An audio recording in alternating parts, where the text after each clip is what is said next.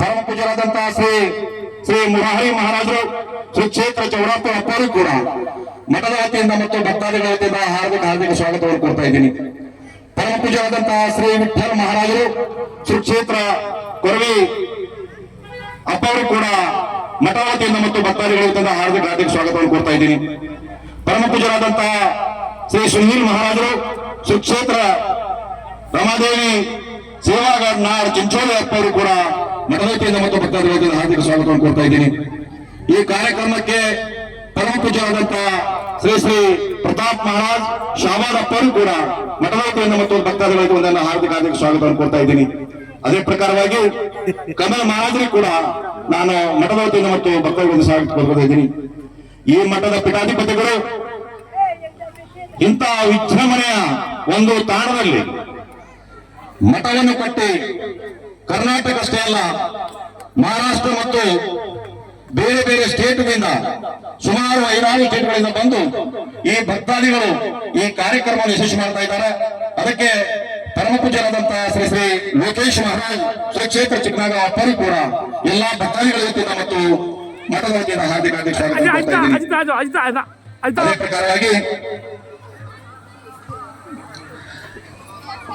ಈ ಕಾರ್ಯಕ್ರಮಕ್ಕೆ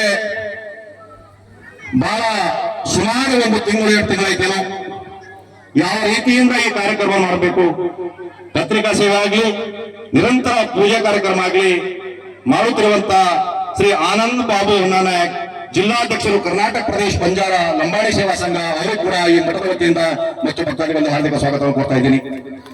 ಅದೇ ಪ್ರಕಾರವಾಗಿ ಶ್ರೀ ಡಾಕ್ಟರ್ ಕಿಶನ್ ರಾಠೋಡ್ ಬೀದರ್ ಅವರು ಕೂಡ ಮಠದ ವತಿಯಿಂದ ಮತ್ತು ಭಕ್ತಾದಿಗಳಿಂದ ಹಾರ್ದಿಕ ಸ್ವಾಗತವನ್ನು ಕೊಡ್ತಾ ಇದ್ದೀನಿ. ಈ ಕಾರ್ಯಕ್ರಮಕ್ಕೆ ತಾಂಡದ ನಾಯಕರು ಕಾರವಾರಿಗಳು ಅವರು ಕೂಡ ಈ ಭಕ್ತಾದಿಗಳಿಂದ ಮಠದ ವತಿಯಿಂದ ನಾನು ಹಾರ್ದಿಕ ಸ್ವಾಗತವನ್ನು ಕೊಡ್ತಾ ಇದ್ದೀನಿ. ಅದೇ ಪ್ರಕಾರವಾಗಿ ಯುವಕರು ಯಾವಾಗಲೂ ಚಿಕ್ಕನಾಗಾಂವ್ ಅಷ್ಟೇ ಅಲ್ಲ ಬಸವಕಲ್ಯಾಣದಲ್ಲಿ ಯಾವುದೇ ಒಂದು ಕಾರ್ಯಕ್ರಮ ಆಗ್ಬೇಕಾಗಿದ್ರೆ ತಾವು ಹೋಗಿ ಆ ಕಾರ್ಯಕ್ರಮ ನಮ್ಮದೇ ಇದೆ ಮತ್ತು ಆ ಕಾರ್ಯಕ್ರಮ ಯಶಸ್ವಿ ಆಗ್ಬೇಕಾಗಿದೆ ಯುವಕರು ಸನ್ಮಾನ್ಯ ಶ್ರೀ ಅನಿಲ್ ಚೀನಿ ರಾಠೋಡ್ ಅವರು ಕೂಡ ಭಕ್ತಾದಿಗಳ ವತಿಯಿಂದ ಮತ್ತು ಎಲ್ಲ ಮಠದ ವತಿಯಿಂದ ನಾನು ಹಾರ್ದಿಕ ಸ್ವಾಗತವನ್ನು ಕೊಡ್ತಾ ಇದ್ದೇನೆ.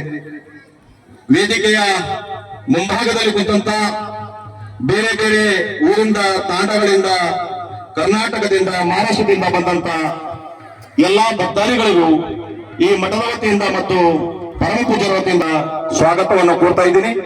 ಈಗ ನೇರವಾಗಿ ಈ ಕಾರ್ಯಕ್ರಮದ ಉದ್ಘಾಟನೆ ಆಗ್ತಾ ಇದೆ. ಎಲ್ಲ ಪರಮ ಪೂಜ್ಯರು ಉದ್ಘಾಟನೆ ಮಾಡ್ಬೇಕಂತ ಹೇಳಿ ನಾನು ವಿನಂತಿ ಮಾಡ್ಕೊತಾ ಇದ್ದೀನಿ.